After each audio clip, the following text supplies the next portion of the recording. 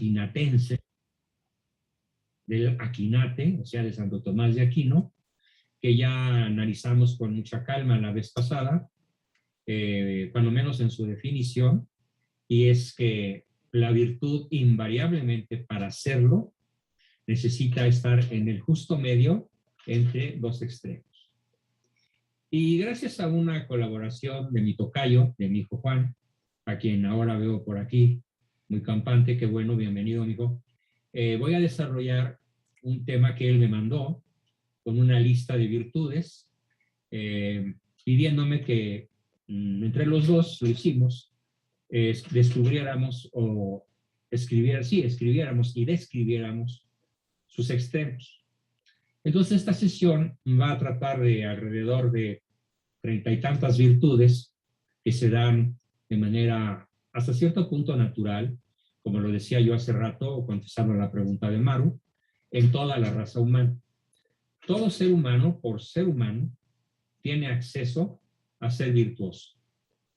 Siempre y cuando, como lo explicaba, ese buen hábito operativo de excelencia, que es la virtud, se enfoque al bien, a hacer el bien, que sea un acto de benevolencia hacia el prójimo, no un acto de quién como yo, no un acto de engrandecimiento propio al estilo masónico, porque si algo distingue a la masonería, justamente es el cultivo de las virtudes, entre comillas virtudes, pero para lograr la exaltación del propio yo.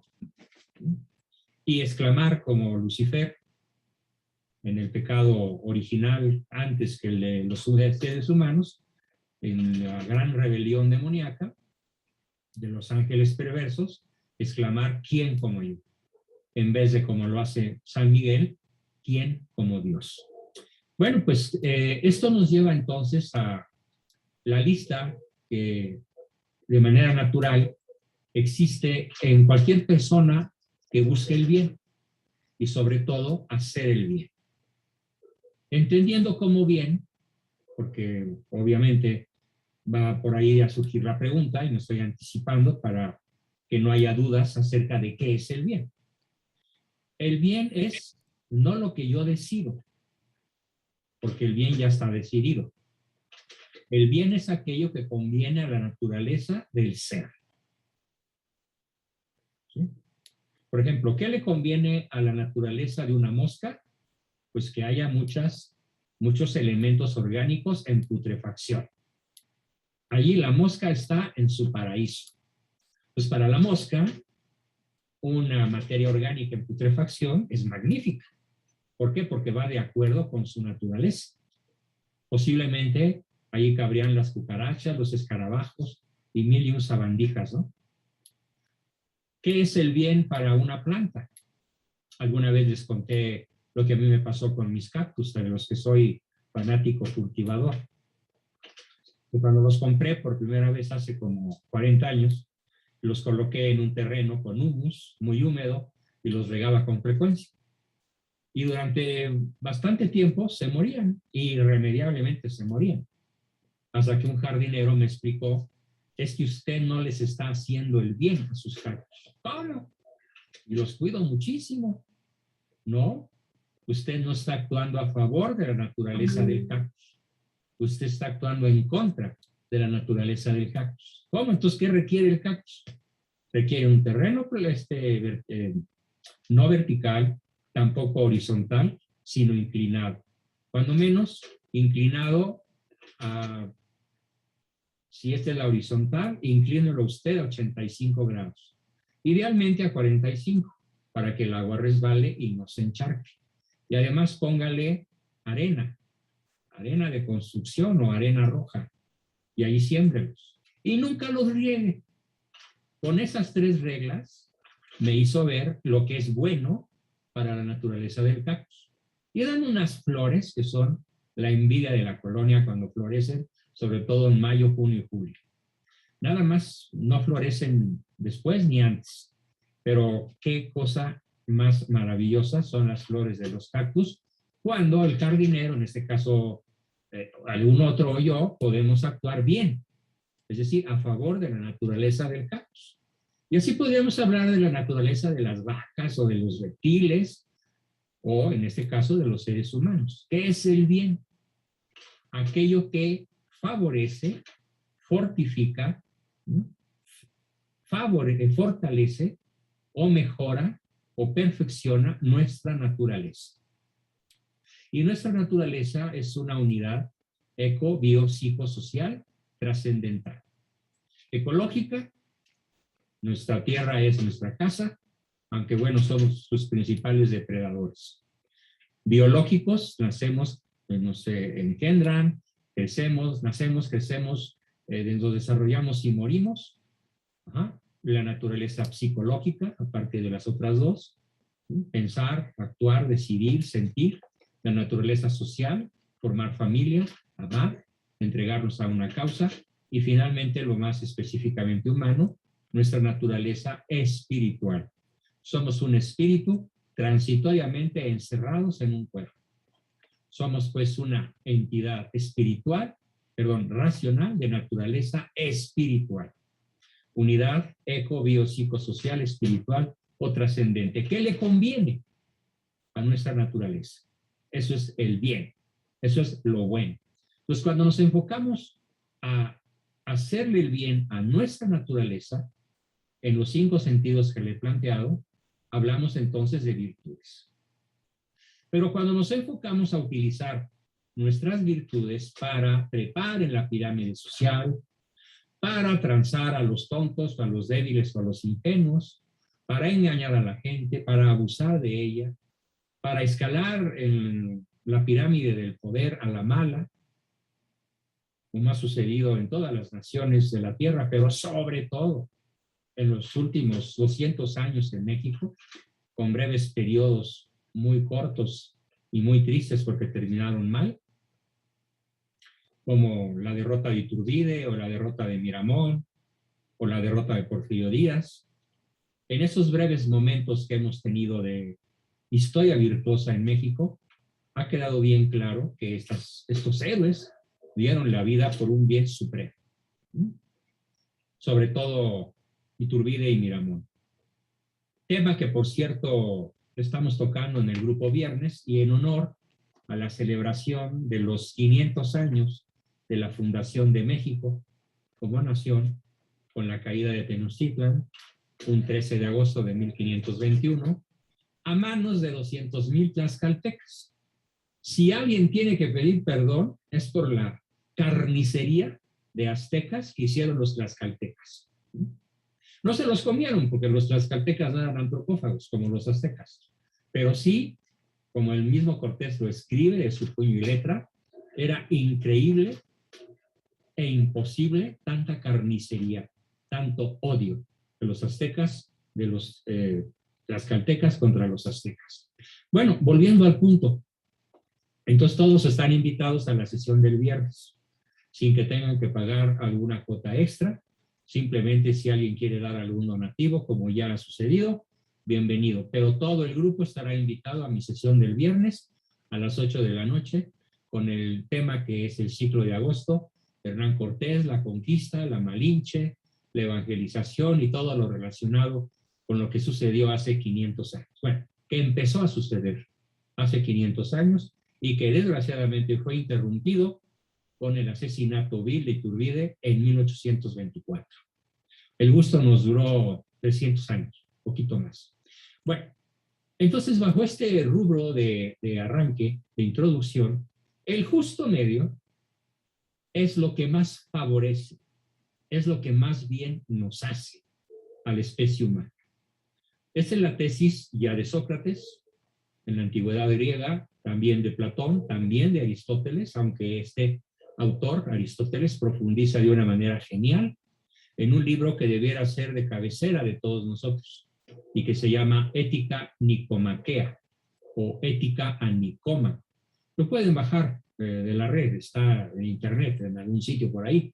Ética Nicomaquea es gratis, aunque hay algunas editoriales que lo venden, sobre todo si es impreso.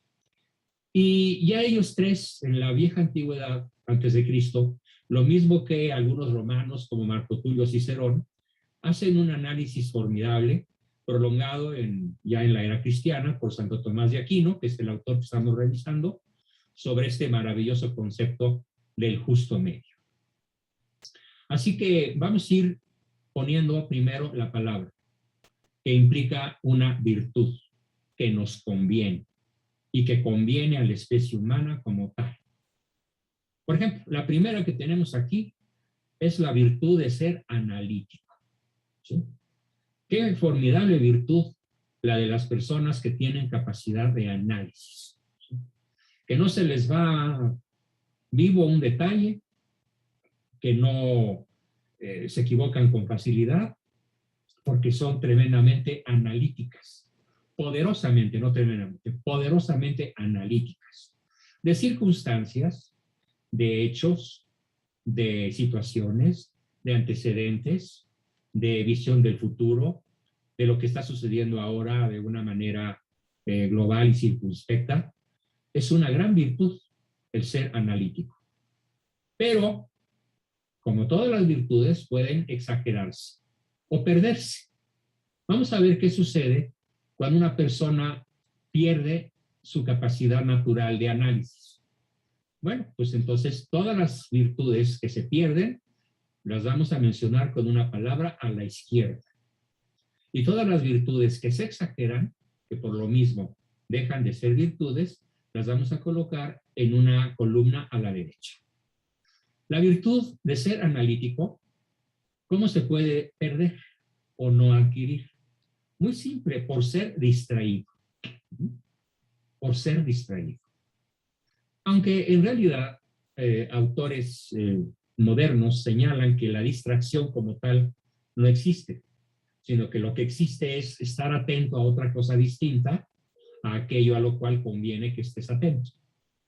¿Sí? El distraído no es que no esté pensando en nada, es que está pensando en cosas que no tienen que ver con la circunstancia en la cual tendría que estar analizando, para evitar chocar, evitar caerse, evitar hacer mal un estado de cuenta, evitar, por ejemplo, a mí me llegó a pasar algunas veces, que doy un cheque, pero sin firma. ¿Sí? Y tanto el que lo recibe como yo, lo guardamos, él lo guardó en la cartera, yo lo quité de mi chequera, y 3 días después, ¡ay, doctor, no pude cobrar su cheque porque no tenía su firma! Bueno, pues obviamente una mayor capacidad de análisis en el momento de hacerlo me hubiera llevado a evitar un error tan garrafal. ¿Sí? Entonces, ser distraído o estar atento a cosas que en ese momento no procede estar atento. Eso es la pérdida de la virtud del ser analítico. Y por el lado de la exageración, tendríamos a las personas que caen en la obsesividad o en algo que es una entidad psiquiátrica, que se llama parálisis por análisis. El ser analítico tiene esa exageración. Empiezas a pensar, como los filósofos de Bizancio, que se ponían a discutir meses y años enteros. Por eso se habla de la expresión para burlarse de una persona así, y se le dice, lo que pasa es que eres un analista bizantino, o ya caíste en discusiones bizantinas. Sí, se podían alegar, por ejemplo, cuántos ángeles cabían en la punta de un alfiler, y tonterías por el estilo, ¿no? O en que qué tan blanca era la túnica de nuestro Señor Jesucristo. Y bueno, pues algunos autores más realistas decían, pues sí era blanca, pero también se ensuciaba, ¿no? Sobre todo por andar por ahí, por las arenas del desierto, o mojándose en el lago de Genesaret o el Tiberíades. Entonces, el ser obsesivo no es ser analítico. El ser obsesivo es ser una persona fácilmente paralizada por las circunstancias, paralizada por el miedo, paralizada por el detalle del detalle del detalle. Entonces es como en todo acto virtuoso, es bueno evitar ambos extremos. Ni el ser distraído, desaprensivo, ni el ser obsesivo y excesivamente enfocado al detalle del detalle, sino mantenernos en el justo medio, que es la capacidad de análisis. Esa sería nuestra primera aportación a esta sesión. La segunda es la virtud de poder actuar dentro de una palabra genial, maravillosa, que se llama contexto. Está en el contexto, ¿sí? Me acuerdo de un chiste futbolístico que me hizo reír mucho cuando lo escuché por primera vez. Hace muchos años, cuando yo era soltero y solía ir al fútbol, estaba yo viendo un clásico, América-Guadalajara, en el Estadio Jalisco, y cuando de pronto cae un gol del América y se hace un silencio espectral en todo el estadio, y un tipo se pone a gritar, ¡arriba el Atlas! ¡Que viva el Atlas! Y la gente le aventó, ya saben qué, desde las escaleras superiores, a un tipo que estaba totalmente regando el tepache fuera del olla, que tenía que estar gritando ese arriba el Atlas cuando el partido era totalmente ajeno, tal vez al equipo de sus amores, ¿no? Entonces, el estar en contexto nos permite un comportamiento sigiloso, un comportamiento apropiado para el lugar en el que estamos, es decir, contextualizado. Este domingo, que como todos los domingos fui a misa, cada vez que voy a misa, los domingos en mi colonia, en mi parroquia, veo con mucho desagrado que aumenta el número de señoras, no digamos chamacas, 15 o 20 años, señoras, ¿sí? De 50, 60 y hasta 70 años, que se visten como quinceañeras para ir a misa. Y no solo, así se suben al presbiterio a leer la epístola, ¿sí? Tanto el señor cura como ella están fuera de contexto. ¿Qué diablos tiene que hacer una señora de 60 años con microfalda, o en hot pants, o con un escote que no deja nada a la imaginación, o con una blusa transparente? Es estar completamente fuera de contexto. Infinidad de problemas podemos evitarlos si aprendemos siempre a estar en contexto de las situaciones que estamos viviendo en el momento en el cual estamos viviendo esas situaciones. ¿Qué sucede con la pérdida del contexto? Bueno, pues muy sencillo, como lo acabo de decir. Con mucha facilidad caes fuera de contexto y haces el ridículo, o causas escándalo, o haces que te volteen a ver con cara de ¿what? ¿Qué dijiste? O como dicen ahora, no, etcétera, ¿no? ¿Para qué repetirlo? Fuera de contexto, obviamente, es muy peligroso. Y también es muy peligroso el lado contrario, su exageración. Ser rígido y cuadrado. Rígido y cuadrado. ¿Qué significa rígido y cuadrado? Pues que el contexto puede tener algún nivel de flexibilidad, algún nivel de adaptabilidad, de creatividad, de originalidad. ¿Sí? No, la persona rígida y cuadrada es incapaz de ser flexible, creativo, imaginativo y adaptable. Tiene que ser al pie de la letra. Y esto es tan peligroso que los viejos romanos, como Marco Tulio Cicerón, escribió una frase sublime. Él era un especialista en derecho romano. Y él decía algo en latín, lo voy a traducir al castellano, decía, sumum juris, sumum injuris. Traducción, el extremo de la justicia es el extremo de la injusticia. ¿En qué contexto? Cuando las personas se atienen a la letra escrita para juzgarse a sí mismas, para juzgar a otras, para juzgar circunstancias, juzgar situaciones sin atenuantes, descontextualizadas, sin creatividad, sin flexibilidad, al grado de que puede llegar a haber personas que se paralizan, caen en rigidez y en ser cuadriculados y no toman decisiones justamente porque no saben manejar el contexto de forma flexible, creativa, imaginativa, adaptable a las circunstancias. Por esa razón quedan fuera de contexto al pretender permanecer dentro de él de manera rígida y cuadriculada. La frase de Marco Tulio Cicerón de sumum juris, sumum injuris, aplica para las personas que quieren aplicar la ley al pie de la letra.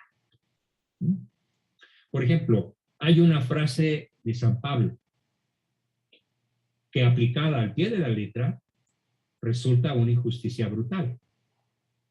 Dice, no entrarán al reino de los cielos los mentirosos, los falsificadores, los ladrones y los homosexuales. Si alguien aplica esta frase en el sentido rígido, sin adaptabilidad, flexibilidad y creatividad, bueno, pues todas las personas que tienen la inclinación homosexual no podrán entrar al reino de los cielos, lo cual es absolutamente falso. ¿Por qué? Porque yo conozco personalmente homosexuales abstemios, castos y virtuosos, que ya quisiera yo su nivel de castidad. El ser homosexual no te coloca en el mundo del infierno. La práctica de la homosexualidad sin deseos de modificación, con conciencia de pecado y sin deseo de arrepentimiento, es lo que te coloca, ¿no?, fuera del cielo, desde esta vida. Por lo tanto, la frase de San Pablo tiene que ser contextualizada, ¿sí?, y no aplicada de manera drástica y rígida, como se las he escuchado por ahí a algunos sacerdotes que hacen gala de poca flexibilidad a la hora de lanzar semejante acusación, ¿no? ¿Y por qué no también pensamos en que puede haber un ladrón arrepentido? O puede haber un mentiroso que rectifique. Entonces, por esa razón es tan importante nunca caer en la rigidez ni en ser cuadriculado. Bien, esa fue la segunda virtud que hemos visto en sus dos extremos. El ser capaz de vivir en el contexto, en el momento correcto, con las palabras y la actitud adecuada. La tercera virtud a la que me voy a referir es visión del futuro, que se podría referir con una sola palabra: futurista. Sí, yo podría decir que mis grandes héroes de mi juventud, de mi adolescencia e incluso de mi época actual, siguen siendo los mismos de siempre. Don Emilio Salgari, un maravilloso novelista italiano; don Julio Verne, que podríamos ponerle un subtítulo debajo de su nombre: Julio Verne, Jules Verne, el futurista. ¿Por qué? Porque cuando no existían submarinos, él diseñó uno. Cuando a nadie se le había ocurrido ni siquiera la más remota posibilidad de viajar a la Luna, en un cohete tripulado, él lo diseñó, en su novela lo lanzó, ¿y qué creen? La velocidad a la cual su cohete novelístico sale de la Tierra es la misma que utilizan los cohetes de la NASA para salir de la Tierra, porque los actuales científicos de la NASA se basaron en un pensamiento futurista de Julio Verne, que hizo cálculos matemáticos geniales para descubrir que justamente la velocidad de 28,000 kilómetros por hora en vertical era capaz de hacer que el cohete abandonara la atracción terrestre. Diseñó aeroplanos, diseñó helicópteros, diseñó multitud de cosas, de aventuras, porque era un pensador futurista. Nunca exageró, jamás exageró, porque siempre su visión del futuro estuvo acompañada de datos científicos comprobados, ¿sí? Por ejemplo, cuando él dice, ¿y cómo puedo hacer que un submarino navegue por debajo del agua sin hundirse y sin salir a la superficie? Entonces se puso a hacer cálculos futuristas muy exactos de cuánta agua debería desplazar el submarino para mantenerse a 30, 40 o 100 metros de profundidad, sin hundirse y sin ser botado a la superficie, y lo logró, porque podríamos decir que su pensamiento es el que a muchos nos convendría adquirir, un pensamiento de vista al futuro. 5 años adelante, 10 años adelante, 40 años adelante, en todos los aspectos de nuestra vida es importantísimo la visión del futuro. De hecho, Santo Tomás no la llama así. Yo estoy utilizando un término moderno. Santo Tomás la llama proculvidere, en latín. Visión del futuro, proculvidere, providencia, visión del futuro. Claro, ¿cuál es la visión del futuro que más nos conviene? La visión de la vida eterna. ¿Qué nos espera en la vida eterna? al grado de poder exclamar con Santa Teresa de Ávila, que es tan grande el bien que espero, que me muero porque no me muero. Bien, ¿cuál es la pérdida de o carencia del ser futurista? Pues la visión obtusa. No ves más allá de tus narices. Es más, ni siquiera alcanzas a ver tu dedo índice estirado. Nada más ves este momento, aquí y ahora, sin una visión que alcance más allá de mañana. Ya no digamos de una década o de un siglo y medio, como lo hizo Julio Verne. Y por el otro lado, la exageración del futurista es simplemente un soñador. Un soñador. Que obviamente pues, se va a caer fácilmente y vaya menudo batacazo que se va a dar contra la tierra, porque sus sueños no tienen un fundamento científico, un fundamento realista, como el que verdaderamente es futurista. Porque ser futurista no implica ser soñador. De hecho, a mí me molesta mucho esa expresión de, es que todos tenemos sueños. Sí, todos soñamos y hasta pesadillas, ¿no? Yo quisiera cambiar el término ser soñador por ser futurista, por ser un visionador del futuro y construirlo. Pero no exactamente sueños, porque eso es un lenguaje poético, es un lenguaje no realista. ¿Sí? Como cuando luego ahora los chavitos dicen, ay papá, es que me rompiste mis sueños al impedirme andar con la novia que yo adoraba. ¿Sí? Bueno, pues es que, a ver, no sueñes, piensa en tu futuro. ¿Sí? Entonces, porque si no vas a estar como el cuate que decía, pues fíjate, ya tengo la fecha, ya pensé en el vestido, ya diseñé el anillo, ya, y da una lista enorme de todo lo que ya tiene. Y su papá le pregunta, ¿y la novia? Ah, esa todavía no la tengo. ¿Sí? Ese es un soñador y un futurista, ¿no? En cambio, el futurista es el que ya tiene la novia y si no está recibido, ya tiene fecha de recepción profesional. Y si no tiene una casa, ya tiene un proyecto para adquirirla. Y si no tiene muebles, también. O sea, el ser un futurista implica hacer proyectos viables, proyectos que por más fantásticos que puedan parecer, tienen su raíz en la realidad. Cuando Julio Verne llevaba sus novelas a los impresores, se pitorreaban de él. Le decían que estaba loco, esquizofrénico, soñador, que qué barbaridad, que cómo se le ocurría pensar en una máquina voladora. ¿Sí? Ya, por supuesto, lo había pensado 3 siglos y medio antes, nada menos que Leonardo da Vinci, si bien él nunca pudo hacer volar nada.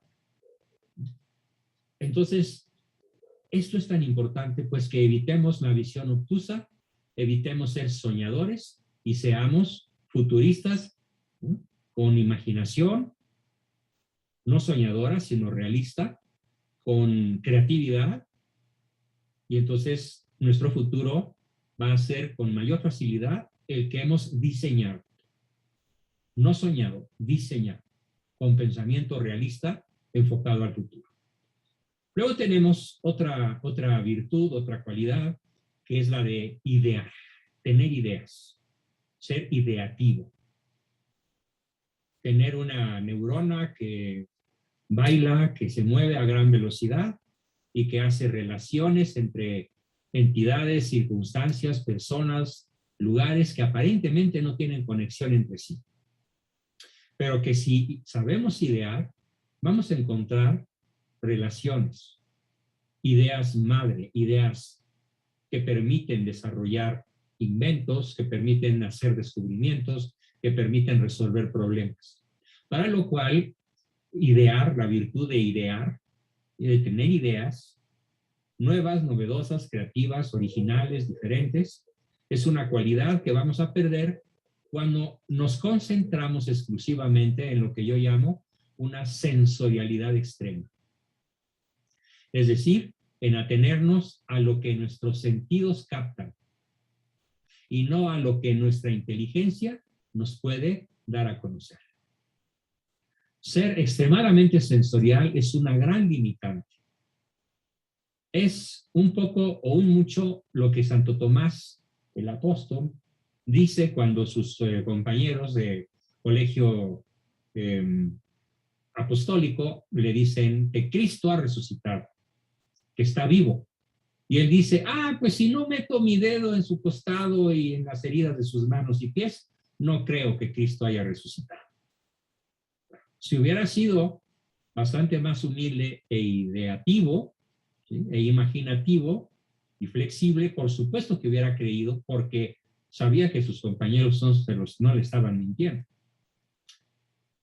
Así que eso es una sensorialidad extrema, el síndrome de Tomás Apóstolo, no creer sino hasta ver. No necesario. Podemos idear infinidad de cosas, aunque no las estemos tocando, oliendo, viendo o sintiendo. Esa es la gran virtud de ser ideativo. Cuando se exagera esta virtud, ¿en qué se cae? Bueno, pues la exageración nos lleva a ser fantasiosos, fantasmagóricos, a creer cada cosa que no se sustenta en la realidad, absurda. De hecho, en estos momentos, yo tengo pues un pleito frecuente, y digo pleito porque por el momento no se me ocurre otra palabra, podría decir polémicas, ¿sí?, debates, con muchas personas que están fantaseando acerca del futuro de la humanidad. El anticristo ya llegó y nos quiere a todos vacunados. Y la vacuna es la marca de la bestia. Y no se vacunen porque el que se vacune queda marcado por la bestia y no entrará al reino de los cielos. Y por más que le explico que deje de fantasear, insiste. No, Juan Bosco, lo que pasa es que tú eres un hereje y un incrédulo. No, yo me atengo a lo que dice el Apocalipsis, ¿sí? Y les doy un conocimiento aprovechando el tema. La marca de la bestia no es un chip en la mano derecha o en la frente. La marca de la bestia es una marca espiritual que adquiere la persona que accede a adorar al anticristo o a dar por Dios a quien no lo es. No es una marca, no es un sello físico, no es una tinta indeleble, no es un chip del tamaño de un frijol o de un arroz en la mano derecha, no es una inyección en el hombro. No, porque ¿cuántas personas están siendo vacunadas de modo inocente? ¿Ya por eso van a ser seguidores de la bestia? Por supuesto que no. Es una barrabasada decir que la vacuna es la marca de la bestia. Es más, hasta de herejía lo podría yo calificar en un determinado momento, y desde luego lo remitiría a un buen analista del Apocalipsis. Recomiendo al padre Leonardo Castellani y su libro Los papeles de Don Benjamín Benavides. Si no lo tienen, se los puedo conseguir para que se chupen los dedos leyendo verdaderamente qué es eso de la marca de la bestia, ¿sí? Bien, así que no seamos fantasiosos ni seamos extremosamente sensoriales. Concentrémonos en ser ideativos, imaginativos, creativos, porque esa es la verdadera virtud que nos hace mejores personas.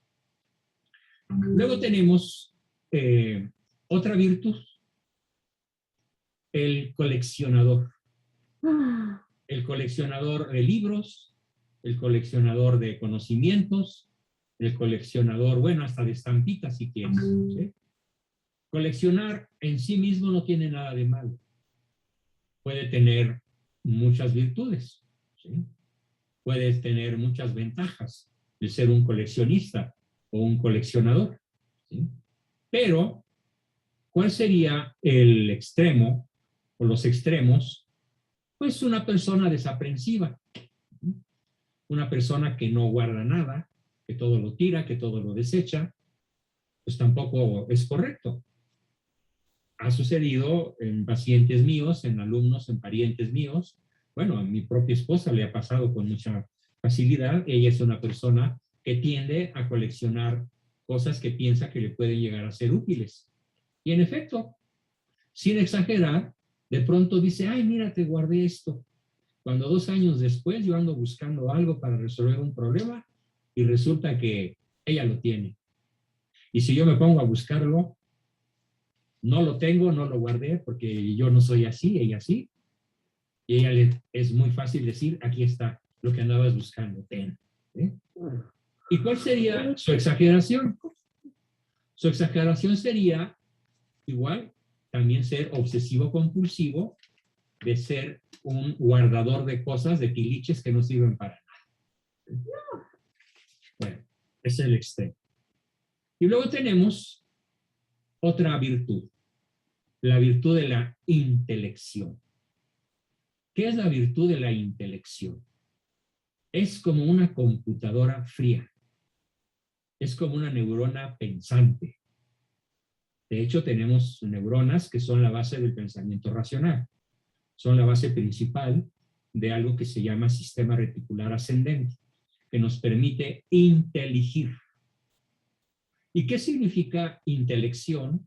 Derivada del verbo inteligir. Significa leer dentro. Inte, dentro. Legir, leer. Leer dentro. ¿De qué? De la esencia de las cosas. Leer dentro de la esencia de las cosas. Eso nos hace inteligentes.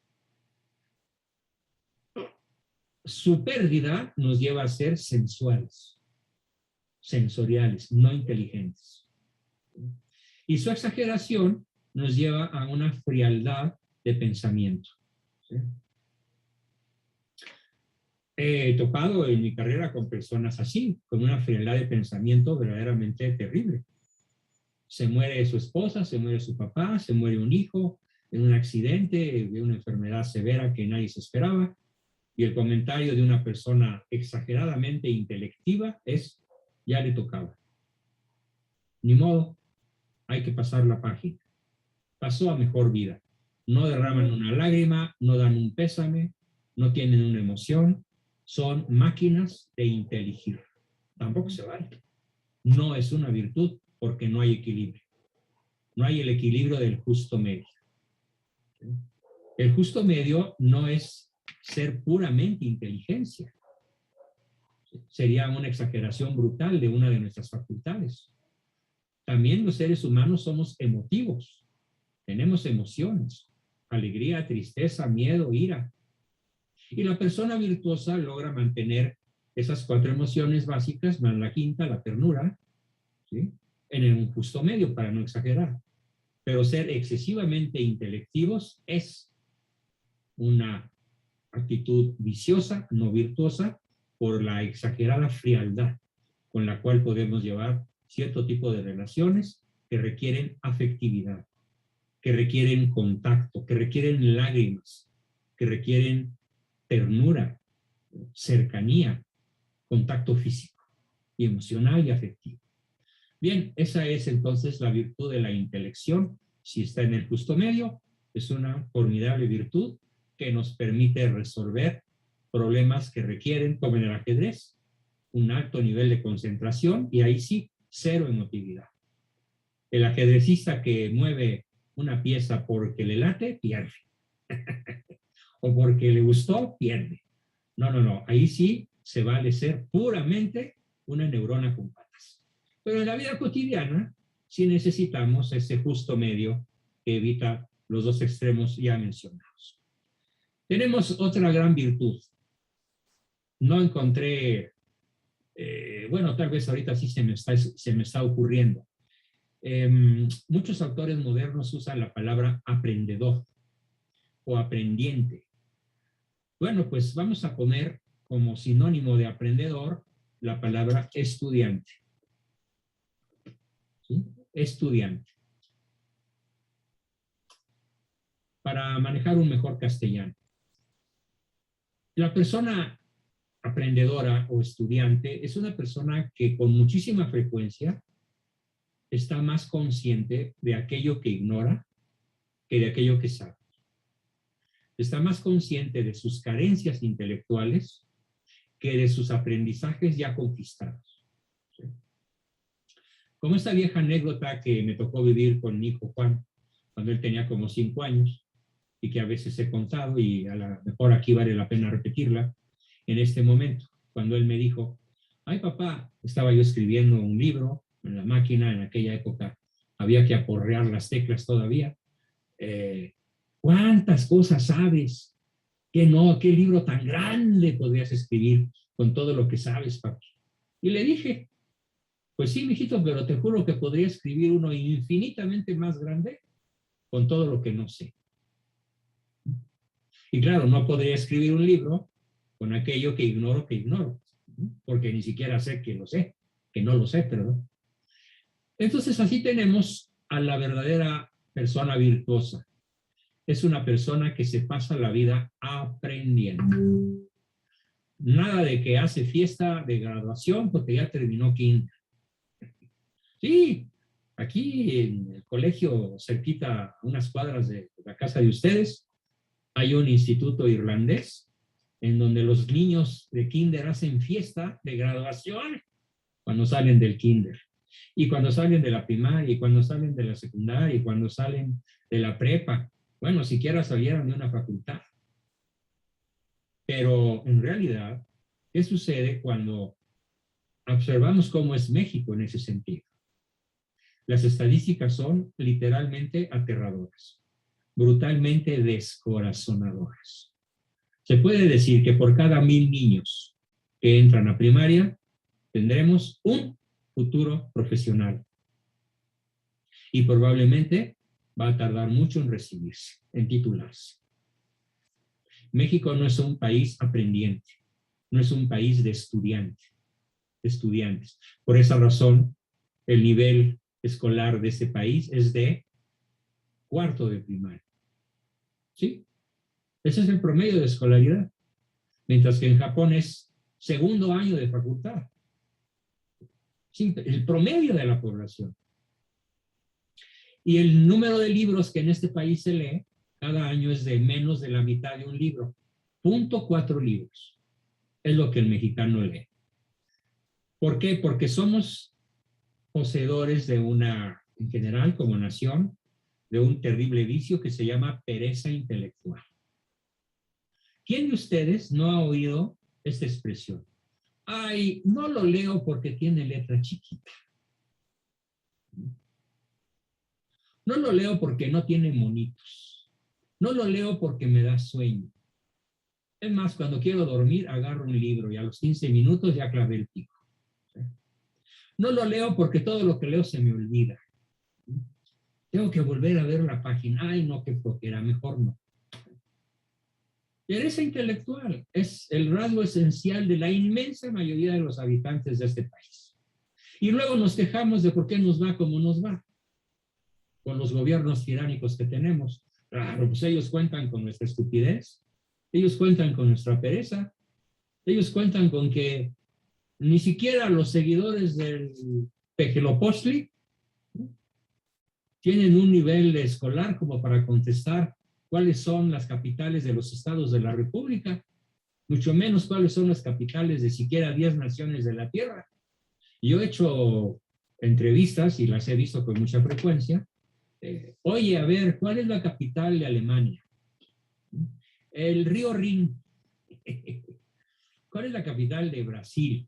Ay, Pelé. Así lo contestó una chava de 15 años. Pelé es la capital de Brasil. Bueno, no rebuznan porque no se sabe la tonada. ¿Cuál sería entonces el extremo? El extremo lo tiene la persona que se puede calificar como un erudito desordenado. Es un consumidor de líneas, un consumidor de letras, un consumidor de libros, pero de forma desordenada. No hay un conocimiento contextualizado, no hay un conocimiento organizado, no hay un conocimiento coherente o congruente. Es aprendiz de mucho y oficial de nada. Un erudito desordenado. Como suelen ser muchísimos sujetos que tienen fama de inteligentes, de cultos, con muchas cualidades y que tienen sus cientos de miles de seguidores en la red, porque con mucha facilidad embaucan, engañan a la gente con una falsa erudición. Hay por ahí un personaje cuyo nombre me atrevo a citar porque con él he tenido una polémica abierta y se lo he dicho en su cara, ¿sí? Eh, mejor lo digo después. ¿Sí? Bien, o tal vez no lo diga. Decidí ser cauteloso sobre la marcha. Bueno, la siguiente línea que tengo aquí como un acto virtuoso es el de pensamiento estratégico. Esto es una maravilla, Felipe. Pensamiento estratégico. Hay que analizar la palabra pensamiento estratégico o ser un estratega basándonos en su raíz griega. ¿Qué significa en griego ser un estratega? Bueno, pues curiosamente esta palabra viene del griego strategos, estrategos o estrategos, que significa el general, el comandante supremo de una tropa. Entonces, pensamiento estratégico es un pensamiento que toma en cuenta el terreno, el tiempo es atmosférico, las corrientes de viento, de agua, si hay bosques, si hay arena, si hay terreno pedregoso, si hay qué. Esto en la historia universal es tan importante que, por ejemplo, voy a citar solo un ejemplo histórico que cambió la historia del mundo. Bueno, dos ejemplos, vale la pena. Por carecer de pensamiento estratégico, en el momento que más su situación lo requería. Me refiero a Napoleón Bonaparte y Adolfo Hitler. ¿Sí? Terribles errores de falta de pensamiento estratégico. Por ejemplo, Napoleón nunca consideró al invierno ruso. ¿Quién derrotó a Napoleón? Ningún soldado ruso. Lo único que hicieron los rusos fue correr para atraer a Napoleón, que se sentía invencible. Y cuando Napoleón llegó a Moscú, Moscú estaba abandonada. No había soldados rusos en Moscú. El zar y todos los hombres del ejército ruso se habían ido a refugiar en las estepas o bosques que circundaban la capital rusa. ¿Y qué tuvo que hacer Napoleón? Pues regresar a Francia. Y del millón de hombres que salió de París para conquistar Rusia, ¿saben cuántos regresaron? Medio muertos de hambre y heridos, 24,000. 24,000 de 1,000,000 por falta de pensamiento estratégico. Francia nunca volvió a ser la misma después de la derrota de Napoleón. Y Adolfo Hitler. ¿Qué le faltó a Adolfo Hitler? Qué bueno que le faltó, por otra parte, ¿no?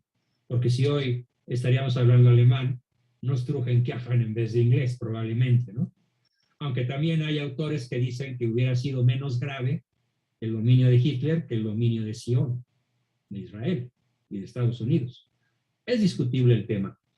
Pero bueno, ¿qué le faltó de pensamiento estratégico a Hitler? Que echó sus tanques, literalmente miles de tanques, contra Moscú. ¿Y qué creen que pasó? Que los rusos se dedicaron a incendiar sus refinerías para que los tanques de Hitler no tuvieran gasolina. Y se estancaron a medio camino. Y no regresó ni un solo tanque porque no podían caminar. Qué terrible falta de pensamiento estratégico que cambió el curso de la historia. Allá por 1812, a la cual, por cierto, fecha tremendamente memorable al grado de que el principal compositor ruso compuso una de sus más hermosas piezas musicales, que se llama así, 1812. Se las recomiendo. Una formidable composición sinfónica, 1812, en honor a la caída de Napoleón. De hecho, la parte final de la pieza musical, nada más cierras los ojos y ves a Napoleón caer. ¿Sí? La música te da esa fantástica impresión de un ejército de águilas que se desploman ya sin poder volar sobre las estepas siberianas. No, perdón, rusas. Siberia todavía estaba muy lejos. Bien, entonces, por favor, desarrollemos pensamiento estratégico. Consejo de alguien que aprendió ajedrez a los 5 años. Por favor, aprendan a jugar ajedrez. Se los dejo de tarea. Aprendan a jugar ajedrez. Búsquense un maestro. aunque sea un principiante, o aprendan en la red. Hay programas que enseñan ajedrez en la red. Ajedrez para principiantes, para medios y para avanzados. ¿Por qué? Porque el pensamiento que desarrolla el ajedrez de suyo es un pensamiento estratégico.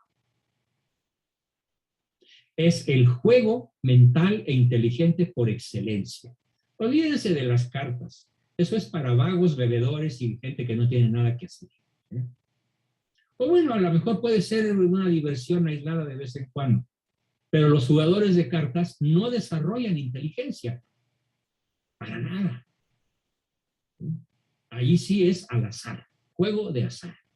En cambio, en el ajedrez, todo es inteligencia pura. Pensamiento estratégico puro. El que aprende a manejar ajedrez en un tablero, literalmente aprende a manejar su vida. Porque no va a mover una pieza sin estar seguro de qué sigue después de esta jugada. Es como un maravilloso hábito de pensamiento estratégico. ¿Sí? Por fortuna tuve tiempo y oportunidad para que mis hijos desde muy pequeños, algunos desde los 3 o 4 años, pudieran aprender ajedrez. Y ahora, ya que son todos adultos y padres de familia, ¿cómo se acuerdan de aquellas horas, largas horas dedicadas a aprender el movimiento y la estrategia de cada ficha, de cada jugada? Bien, eso fue pensamiento estratégico. Después tenemos un grupo de virtudes que se refieren ya no a la inteligencia, porque todas... Muy bien, hasta aquí el video de hoy y entramos a la fase de preguntas. ¿Quién quiere comenzar? Adelante. Soy todo oídos. A ver, nada más vamos a dejar de compartir. Listo. Adelante. ¿Quién levanta la manita? Roberto Rosas. Adelante, Roberto. Enciende tu micrófono. Sí me escuchan, ¿verdad? Sí, te escuchamos bien. Ok, sí, yo quería preguntar sobre esta ideología del positivismo dentro de una de las virtudes, que es, al parecer, la de estar en contexto. Aquí las anoté. El positivismo. El positivismo es una ideología Sí. en donde prácticamente es aplicar la ley al pie de la letra, ¿no? Lo que diga la ley. ¿Es correcto esto? No. El positivismo es una corriente filosófica, es una ideología que dice que únicamente podemos entender o creer o saber, ¿sí?, las cosas que tienen material, las cosas materiales. El positivismo es una gran trampa a la inteligencia, porque la inteligencia, más que para conocer cosas, está para conocer ideas, principios, objetivos, origen, identidad y destino. El positivismo niega toda posibilidad de pensamiento metafísico. Por lo tanto, niega el conocimiento de Dios. Niega el conocimiento de la revelación. Es antirreligioso por esencia. Ese es el positivismo, que se puede equiparar al materialismo. De hecho, el término más completo al respecto es positivismo materialista. Es lo que hoy, y desde hace 100 años o más, desde Juárez, los niños mexicanos aprenden en las escuelas kinder, primaria y hasta incluso universidad. El positivismo materialista, que es en gran medida lo que explica por qué tenemos 3 millones de personas dedicadas al narcotráfico y un gobierno dedicado a destruir México, ¿sí?, ahora más que nunca, y desde hace 90 años que se instaló el PRI en nuestra cultura desdichadamente, ¿no? Ese es el positivismo materialista. No tiene nada que ver con lo que expliqué acerca de esa gran virtud, ¿sí?, a la cual tú te referiste, ¿correcto? Bien, pues muchas gracias. ¿Quién quiere hacer otra pregunta? Adelante. ¿Quién levantó su manita?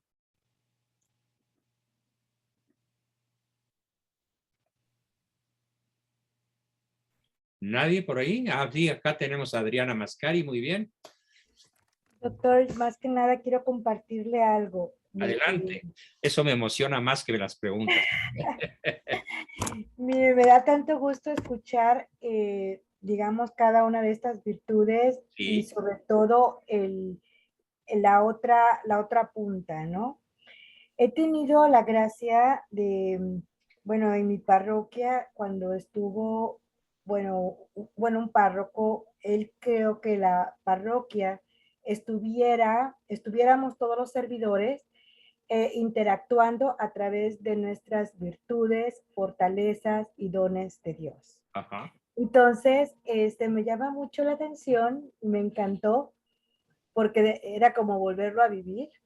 Nada más que en este caso a ellos esto le llaman fortalezas.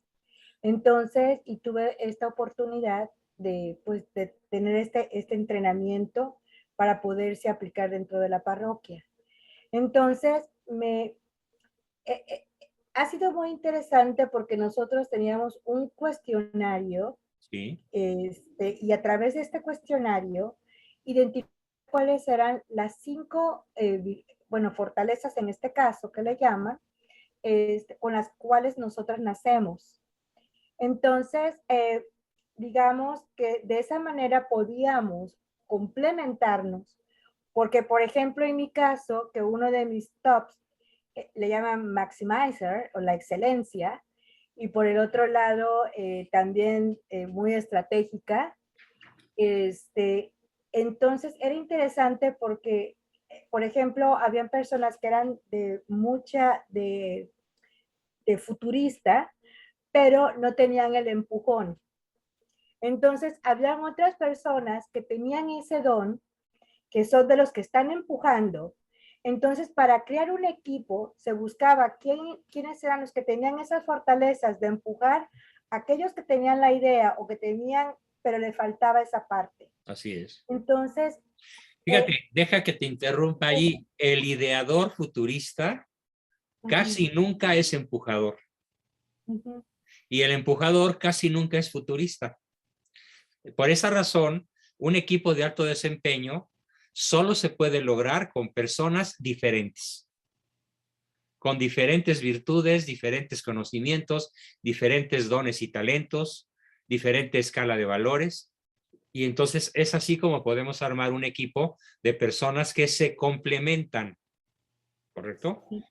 Además, y hay otra cosa que también me gustaría compartir. Sí, Muchas veces creemos que entendemos mal estas fortalezas o las virtudes que llevamos innatas. Por decir algo, yo también tengo el de input, que es el de ir coleccionando. Yo soy de las que colecciono una hojita o un papelito porque alguna vez me va a servir. y te sirve. Y me sirve, Sí. perdón, y me sirve, así es. Una hoja, una palabra, lo que sea. Entonces llega un momento que otras personas que no saben el por qué coleccionamos, a veces dicen, no, es que tú guardas todo, ya tienes que tirarlo. Y, yo sé, y es curioso porque de pronto se da cuenta uno que es una fortaleza, es un don, porque tarde o temprano esa hoja, esa palabra, Va a ese servir. ¿Sí? va a servir y sirve para crear, para Exacto. mostrar.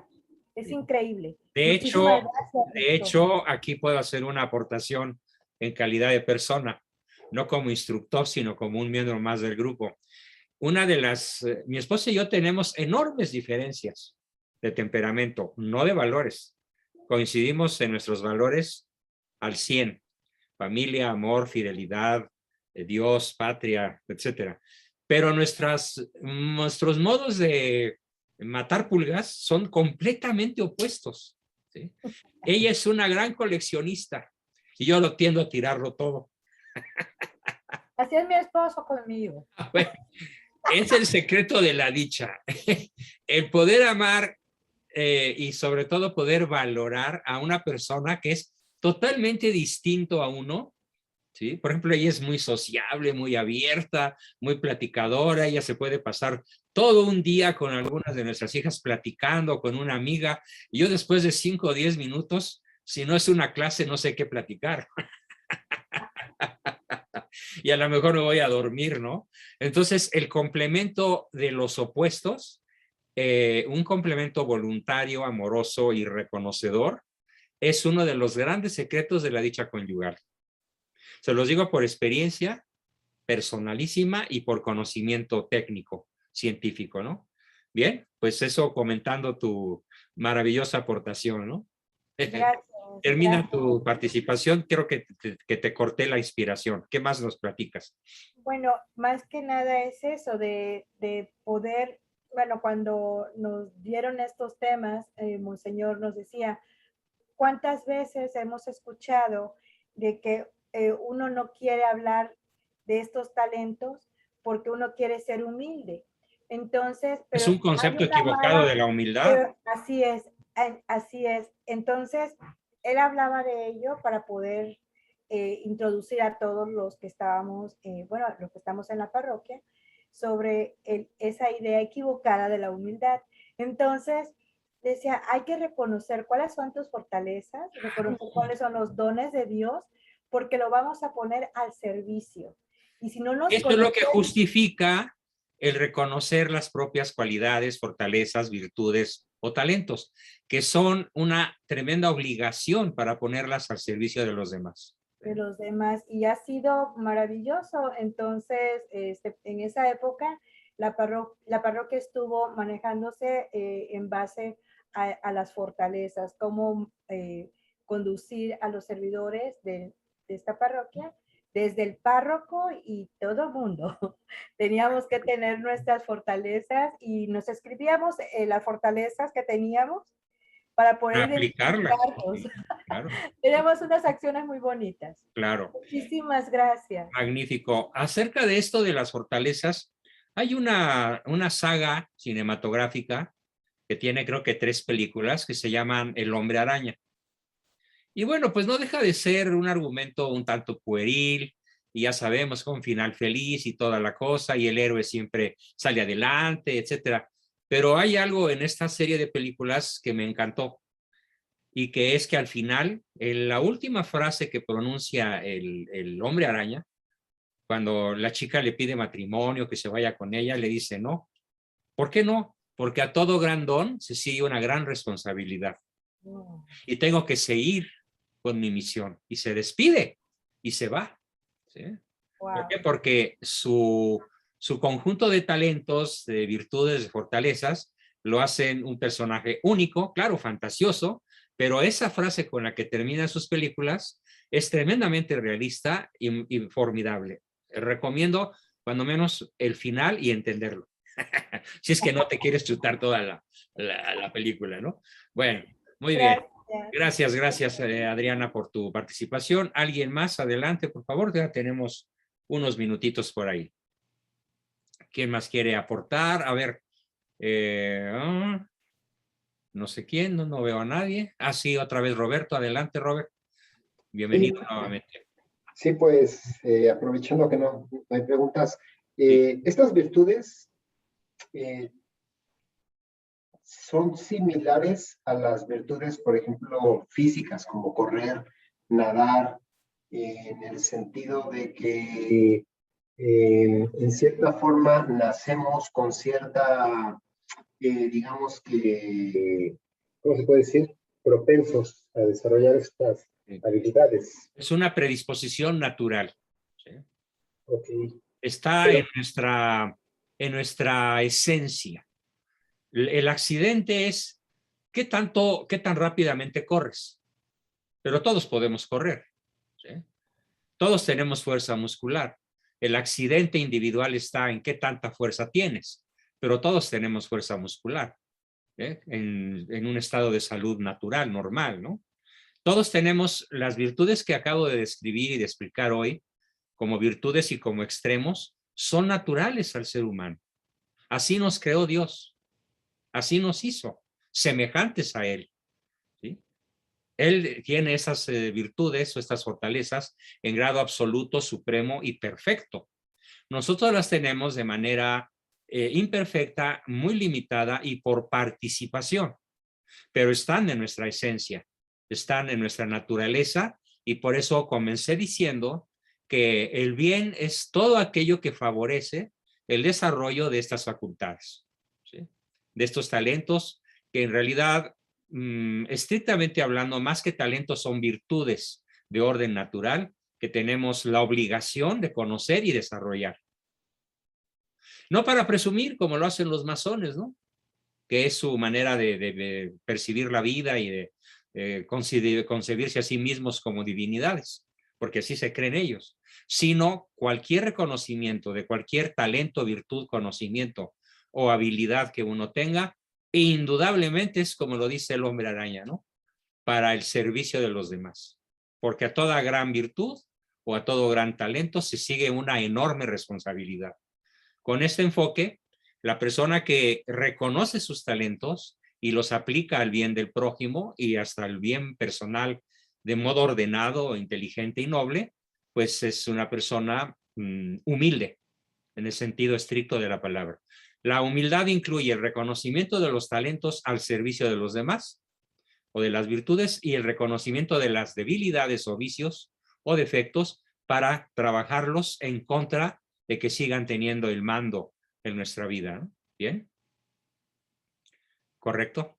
Por eso se llaman virtudes naturales, ¿sí? La inteligencia, la capacidad de análisis, todo lo que vimos hoy son virtudes naturales en el ser humano. La individualidad, podemos decir que no hay una sola persona idéntica a otra, ¿no? Sobre todo si consideramos todo el paquete que acabamos de ver.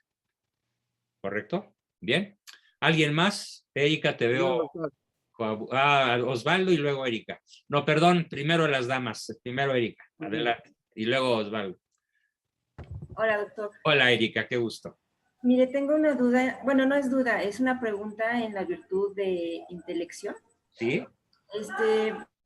¿Cómo podría ser que la persona no cayera en esa frialdad para mejorar la virtud de la intelección? ¿O qué tendría que hacer para...? Hay una clave muy importante que consiste en preguntarle al otro cómo se siente. Okay. Y facilitar que lo exprese. Y hay 5 reglas muy hermosas que, contestando tu pregunta, te puedo dar. Sí. Por ejemplo, vamos a suponer que tú o yo o alguien conocido somos muy fríos, ¿sí? De hecho, yo me puedo considerar en ese sentido una persona más fría que cálida. Aquí la cálida es mi mujer, mi esposita, ¿no? El que tiende a ser más frío soy yo. Pero para combatir ese defecto, me doy una sopa de mi propio chocolate. Okay. Entonces, cuando yo la veo malita, o triste o enferma, le pregunto, ¿qué tienes? ¿Qué te pasa? Y entonces ella me dice lo que le pasa, pero no la censuro, no la critico, ¿sí? Okay. La escucho en las 5 emociones que cualquier persona puede tener. Y las 5 reglas se derivan o se explican así. Si la persona está triste, acompáñala. Okay. O sea, la tristeza se acompaña de modo intencional. Aunque estés nada más ahí como testigo, escuchando, a lo mejor le pones el hombro, a lo mejor le das un abrazo, a lo mejor le das un beso, pero ante todo usas la doble oreja que Dios nos dio para escuchar y no hables, escucha. Acompaña la tristeza. Si la persona tiene miedo, la regla fundamental para contestar tu pregunta es extráele el miedo. Que te explique su miedo. No le digas, ay, a eso le tienes miedo, uy, qué tonta, qué miedosa, qué furris. No, no, no, no, no. El miedo, como cualquier otra emoción, son indiscutiblemente válidas, indiscutiblemente ciertas. No se pueden oprimir, reprimir y suprimir las emociones. Tenemos que permitirle y facilitarle a la persona su expresión. El miedo entonces se extrae. Si la persona está iracunda, si está enojada, ¿cuál es la mejor inteligencia emocional para manejar su ira? No le digas nunca, ya cállate, ya cálmate, no te enojes porque la vas a enfurecer más. ¿Sí? Mejor déjala fluir, déjala pasar, que se le pase. Pero cuando ya se le pasó, no le digas, oye, ya se te alisaron los pelos del espinazo, ya puedo hablar contigo porque la vuelves a enfurecer. Sí. Déjala fluir, escúchala, eso es fundamental, ¿sí? Dejar pasar la ira y cuando ya verdaderamente la ira se haya terminado, reanudar el diálogo como si nada hubiera pasado. Si la persona está, a ver, ya vimos tristeza, acompáñale. Tiene miedo, extráelo. Si tiene ira, déjalo fluir, ¿sí? ¿Qué otra podría tener? Miedo, tristeza, ira. Si tiene, por ejemplo, ternura. Alegría. Alegría. Gracias, Francisco. Me faltó alegría. Si tiene alegría, vivifícala. Apláudele. Y no le digas burlonamente, ay, ¿y de eso te alegras? ¿Sí? Ay, mira nada más qué infantil o qué pueril eres. No. Comparte la alegría y esto se utiliza el verbo vivificar. Vivifica su alegría con un aplauso, con una sonrisa, con un abrazo, con una señal visible de que estás compartiendo su alegría. Y finalmente la ternura se comparte. Ella es tierna, tú sé tierno. Ella no es tierna, sélo tú, pero no esperes que ella lo sea igual que tú, pero ábrete a ser tierno, ¿sí? A modular tu voz. Aunque estés hablando de cosas técnicas, procura hablarle con ternura, cosa muy difícil para los racionales como tu servidor, pero hay que intentarlo todos los días y aunque uno cae, hay que volverse a levantar y seguirlo intentando. Perfecto. Entonces, esta virtud tiene que ver con el aspecto emocional más... Con la inteligencia emocional.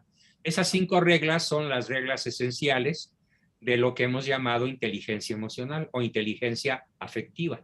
¿Sí? Muy bien. Claro. Pero hay que hacerlo de modo intencional. ¿Sí? Bien, hasta formar un hábito incluso. Ok, gracias, Erika. Osvaldo, levantaste la mano.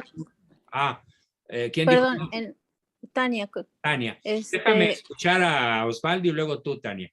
¿Sale? Okay. Adelante, Osvaldo. Cuando uno en la ira no hace lo que acaba de decir usted. Lo pones más enojado. Tú lo has visto con tus hijos. ¿Sí o no? Y con tu esposa. Sí. Si tú tratas de frenar la ira, los enojas más. Ok, también cuando... Te voy a dar un consejo en lenguaje muy popular. Hazte pato, nada de a muertito. Déjalo pasar, no peles, no hagas caso. Vete a hacer tus cosas, ya se le pasará. Pero si tratas de suprimir, oprimir y reprimir la ira, peor te va. A ti y a ellos también. Bueno, aplícalo, por favor, Osvaldo. Sí, oiga, y también para trabajar, para ser uno humilde, en la virtud del humilde, ¿cómo debe de conocerse a uno mismo? No, ¿Cuáles son los pasos? En la pregunta estás dando la respuesta. Conócete a ti mismo. Mírate a un espejo y reconoce tus debilidades y reconoce tus talentos o virtudes. O pide a alguien que te conoce bien y que no te va a hacer la barba, que no te va a dar elogios falsos. Dile que te hable con sinceridad acerca de ambas cosas. ¿Ok? ¿Bien? ¿Hay alguna regla? ¿Alguna qué? No. ¿Regla? Sentido común. Que es el menos común de los sentidos. Excelente. Pero inténtalo. Gracias. Bien. Yo ahorita te acabo de señalar uno de tus principales defectos. Sí, ya sé. Hoy la regué. Hoy la regaste. Pues desriégala pidiendo perdón y haciendo exactamente lo contrario de lo que hoy hiciste. ¿Ok? Ahí tienes la regla que estabas pidiendo.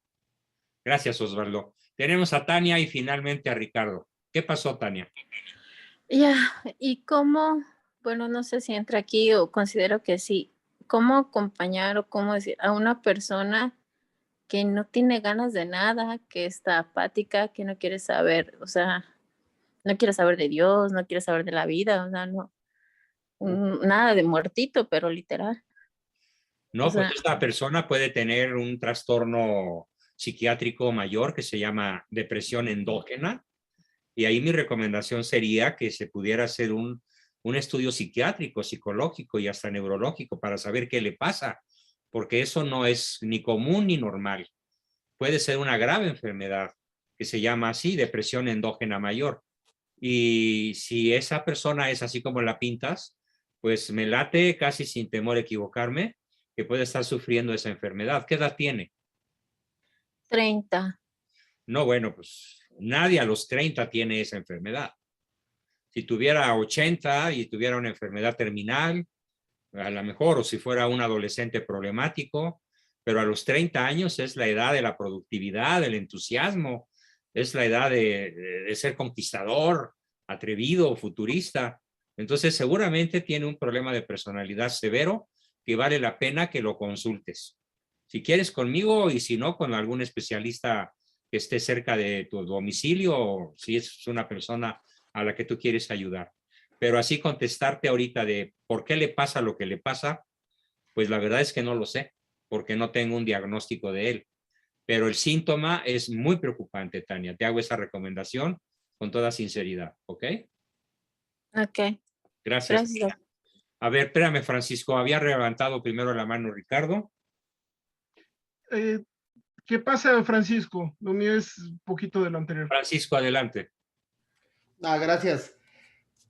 Quería comentar algo. A mí me ha funcionado un poquito el cambio que voy teniendo yo para con mis familiares, amigos y casi con la gente. Cuando yo he querido dar unas, ¿cómo se puede decir? Sugerencia a alguien, si yo no lo estoy haciendo, yo notaba el enojo en las personas. Claro, claro. Entonces, si tú lo haces primero. Usted también lo dijo una vez, por eso se me queda grabado y lo quería compartir. Magnífico. Si tú lees, probablemente tarde que temprano te van a seguir. Si tú eres humilde, tarde que temprano te van a seguir. Pero ¿cómo puedo ser humilde? Aprendiendo, bueno, a mí me ha funcionado reconociendo mis errores y pudiendo decir discúlpame. Correcto. No te tuve que haber dicho delante de tal persona o no me puse en tu lugar. Qué sé yo, ahí como que sí va habiendo un cambio a la larga, pero lo hay. Pero lo hay y es muy seguro, ¿eh? Sí. Muy seguro. Bien. Y te van teniendo más confianza y tú te vas sintiendo mejor y también la otra persona y como que ahí entra el por supuesto. justo. Exactamente. Finalmente, Richard, la última y nos vamos. ¿Qué nos querías para compartir o preguntar? No, mire, la clase pasada habíamos quedado de que yo tengo los defectos de erudito desordenado y de parálisis por análisis. Ajá. Y le había preguntado cómo hacer para corregir eso y se quedó en el aire porque alguien interrumpió y algo. Entonces, pero ¿te acuerdas que dijimos que vamos adelante a tener sesiones para eso? Ahorita estamos viendo el qué. No hemos entrado al cómo, Ricardo. ¿Sí te acuerdas? Entonces, con mucho gusto, me recuerdas cuando estemos viendo el cómo adquirir X virtud, el cómo quitarnos X vicio, que me hagas específicamente la pregunta de cómo moderar tu prurito erudista de erudición para convertirte en una persona no tan erudita, pero más culta.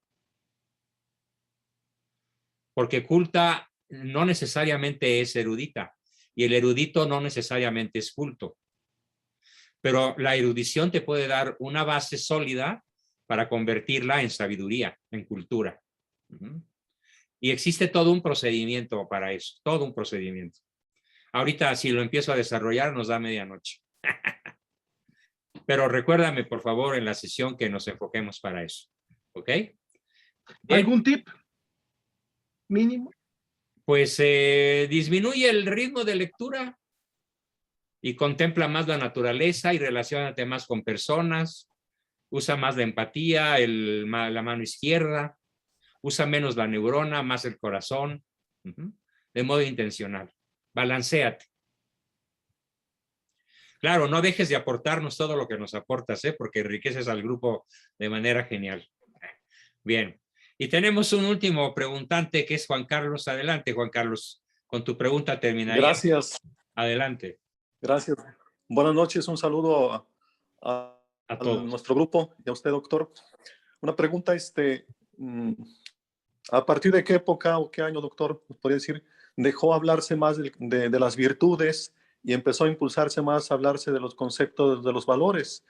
y los pros, los contras que esto trajo, el venir a menos, el hablar de esta rica enseñanza de las virtudes para crecer humanamente, y empezó a usarse mucho el concepto de valor. Mira, no es una crítica al Concilio Vaticano II en cuanto tal, pero curiosamente coincide con ese concilio. En los seminarios se dejó de hablar de virtudes. En las escuelas se dejó de enseñar ética. En todos los niveles. Estamos hablando de la década de los 60. ¿Sí? Allí yo me di cuenta porque, pues, por muchas razones de orden profesional, ¿sí? Fue para mí muy claro que en unos cuantos meses eso como que se clausuró, se olvidó y se empezaron a enfocar otras cosas que huelen más a relativismo, a hedonismo, a interpretación personalista de las cosas, sí, una especie de subjetivismo axiológico, valorativo, en lugar de la pelea cotidiana por alcanzar la santidad a través del ejercicio de las virtudes. Así que esto pues ya tiene 70 años, ¿no? No, 60 años. Y hacia abajo, ¿eh? Cada vez es un tema cada vez menos frecuente y cada vez más inusual, desgraciadamente, y a mí me toca resucitarlo. ¿Por qué? Porque me toca, como dice por ahí una santa, si mal no recuerdo, ay, ¿quién era esta muchacha? Creo que era Santa Rita de Casia, que decía, no es cierto, no era ella, desgraciadamente me falló ahorita la memoria, pero decía, hay que gritar la verdad siempre, porque si no las piedras del campo la van a gritar. ¿Sí? Y es radicalmente, ¿qué es lo más verdadero? Pues lo que estamos planteando. ¿Qué es lo único que nos hace mejores personas y que nos puede conducir derechitos a la gloria?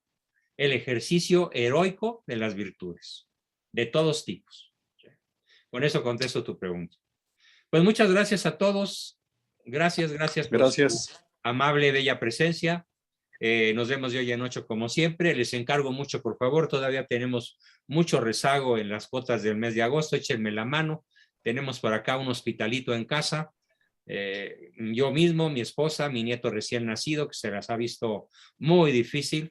Y bueno, ustedes saben que en ese país, pues lo peor que existe son los servicios de salud. ¿Y qué es lo más caro? Enfermarse. Es más caro enfermarse que vivir. ¿Sí? En fin, les encargo mucho su apoyo, por favor. Muy buenas noches a todos. Les mando un muy afectuoso abrazo y espero escuchar su despedida de esta noche. Muy buenas noches a todos. Buenas noches. Buenas noches. Buenas noches, profesor. Buenas noches. Buenas noches. Muy buenas. Adiós. Adiós. Dios lo bendiga. Gracias por todo. Gracias, hasta la próxima. Buenas noches, doctor. Mañana subo el video para que lo vean, lo repitan y lo estudien. Buenas Gracias. Buenas Muchas noches. gracias. Gracias a todos. Soy incómoda. Y yo llego en la mañana puesto para que le hacer plato para el almuerzo. Muchas gracias. Buenas noches.